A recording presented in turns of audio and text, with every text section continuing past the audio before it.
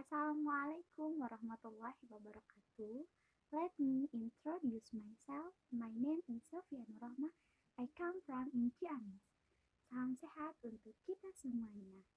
Alhamdulillahirrabbilalamin. Hamdan yuafi ni'amahu wa yukafi majidah. Ya Rabbana lakal hamdu kama yang baghi li jalali wal iwajikal karim.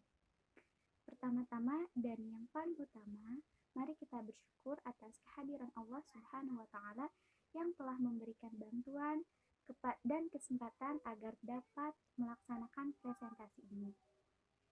Salawat serta salam kita curahkan kepada Nabi kita Muhammad Sallallahu Alaihi Wasallam yang telah membawa kita dari zaman kebodohan atau zaman jahiliyah menuju zaman sains seperti ini. Yang saya hormati kepada Bapak dosen dan rekan-rekan semuanya. Pembahasan sekarang mengenai evolusi ilmu pengetahuan mengenai korelasi antara agama dan sains. Di sini saya akan membahas mengenai evolusi ilmu pengetahuan antara korelasi agama dan sains. Saya akan membahas mengenai yang pertama, bagaimana bentuk-bentuk relasi antara sains dan agama. Yang kedua, bagaimana metode-metode dalam relasi sains dan agama. Menurut kajian Greg Sutomo, ada 3 hal pokok yang dihasilkan dari riset penelitiannya. Yang pertama, berkaitan dengan perkembangan sains yang mampu memberikan bukti empiris dan matematis untuk menyempitkan bahkan menghilangkan religiositas yang seringkali diikuti dengan klaim filosofis yang sebenarnya bukan wewenang sains. Yang kedua, adanya kurun waktu di mana berlangsung kemajuan sains yang justru menerangi dimensi religiositas.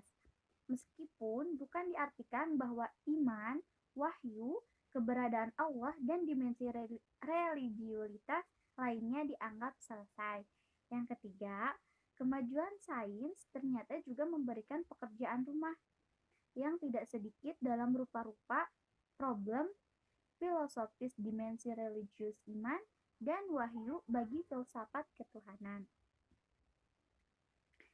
Sedangkan menurut Louis Leahy adalah sesuatu yang esensial agar iman tampak sekaligus pantas dipercayai dan relevan bagi tiap generasi yang hidup dalam suatu visi tertentu tentang alam semesta. Arti sains menurut Deleangi yaitu serangkaian kegiatan manusia dengan pikirannya dan menggunakan berbagai tata cara sehingga menghasilkan sekumpulan pengetahuan yang teratur mengenai gejala-gejala alam, kemasyarakatan, dan perorangan untuk tujuan meraih kebenaran, pemahaman, atau penjelasan. Dan sains ini berasal dari bahasa Latin yaitu scientia artinya pengetahuan. Kajian metodologis agama dan sains. Sains memiliki sifat yang menyebabkan disebut sebagai ilmu. Ilmu yaitu kegiatan, tata cara, dan pengetahuan. Menurut Gi atau menurut Lianji, bagaikan segitiga, yaitu ada di sini ada kegiatan, di bawahnya ada ilmu dan pengetahuan. Pada umumnya, ilmu dikembangkan oleh para ilmuwan untuk mencapai kebenaran mengenai sesuatu hal. Dari kebenaran itu, ilmu memberikan kepada manusia tentang alam semesta, dunia, masyarakat, dan bahkan dirinya sendiri, individualnya sendiri ya.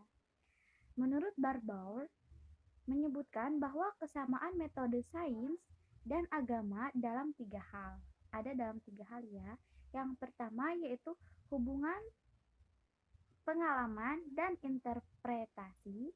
Yang kedua, peran komunitas agama dan paradigma. Yang ketiga, dalam analogi dan model. Sedangkan dalam diri manusia terdiri dari 2 unsur. Yang pertama unsur jasmani dan yang kedua unsur rohani. Pada unsur jasmani dipenuhi oleh sains dan teknologi, sedangkan pada unsur rohani dipenuhi oleh agama dan moralitas. Terima kasih, hatur nuhun. Wassalamualaikum warahmatullahi wabarakatuh. Oke, Assalamualaikum warahmatullahi wabarakatuh. Perkenalkan, nama saya Intan Puspita Dewi. Di sini saya akan melanjutkan materi yang telah disampaikan oleh teman saya, yaitu Sofian Rohmah. Pada kesempatan kali ini saya akan menyampaikan materi tentang evolusi ilmu pengetahuan filsafat dalam peradaban barat. Secara teoritis, perkembangan ilmu pengetahuan selalu mengacu kepada peradaban Yunani. Hal ini didukung oleh beberapa faktor, diantaranya adalah mitologi bangsa Yunani. Yunani adalah sebuah negara tempat lahirnya budaya dunia barat yang berada di Eropa bagian tenggara, terletak di ujung selatan semenanjung Balkan, di bagian timur Laut Tengah, tempat yang bersejarah dan memiliki peradaban yaitu Yunani kuno. Karenanya, Yunani kuno sangat identik dengan filsafat yang merupakan induk dari ilmu pengetahuan. Mulanya Yunani kuno muncul pada abad 6 sebelum Masehi, berlangsung hingga zaman klasik atau Yunani klasik. Filsafat di tangan Yunani menjadi sesuatu yang sangat berharga bagi perkembangan ilmu pengetahuan pada generasi-generasinya. Menurut Bertrand Russell, di antara semua sejarah tak ada yang begitu mencengangkan atau sulit diterangkan selain lahirnya di Yunani secara mendadak. Sehingga pada zaman itu banyak ilmuwan yang terkemuka seperti Thales, Pythagoras, Socrates, Plato, dan Aristoteles. Pada kesempatan kali ini, saya akan menjelaskan tentang filsuf Aristoteles. Aristoteles dilahirkan di Sparta, Yunani Utara, anak seorang dokter pribadi Raja Makedonia. Dan ketika ia berumur 18 tahun, ia dikirim ke Athena untuk belajar kepada Plato. Setelah Plato meninggal dunia, Aristoteles mendirikan sekolah di Assos. Aristoteles adalah seorang filsuf Yunani yang berguru kepada Plato dan guru dari Alexander. Aristoteles yang berkontribusi dalam berbagai bidang seperti metafisika, fisika, etika, politik, ilmu kedokteran, dan ilmu alam. Dalam ilmu alam, Aristoteles adalah orang yang pertama mengumpulkan dan mengklasifikasi jenis-jenis biologis secara sistematis. Di dalam dunia filsafat, Aristoteles dikenal sebagai bapak logika. Logika Aristoteles berdasarkan pada analisis bahasa yang disebut dengan silogisme.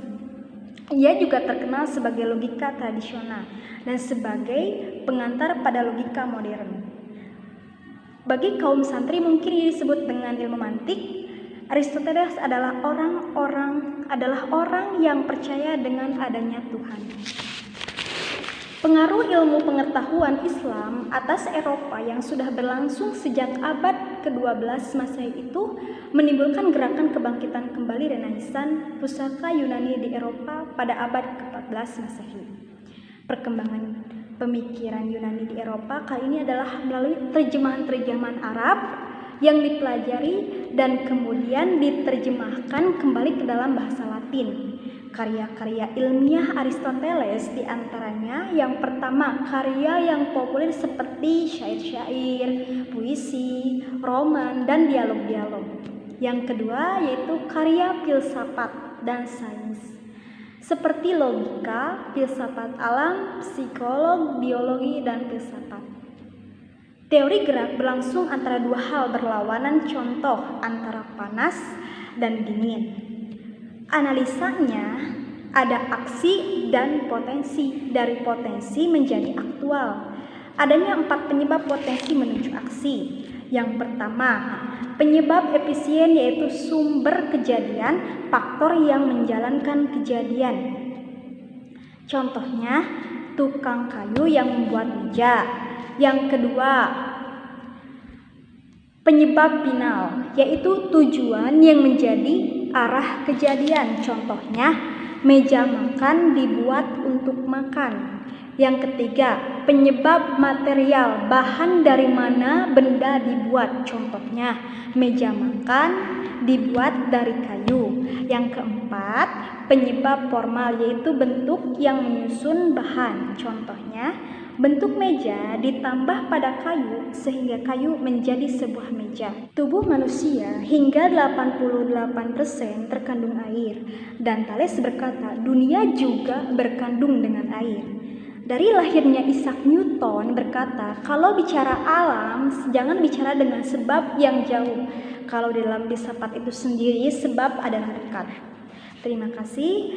Mungkin hanya ini yang bisa kami sampaikan. Kurang lebihnya mohon maaf karena kami masih dalam proses belajar. Akhirul kalam, assalamualaikum warahmatullahi wabarakatuh.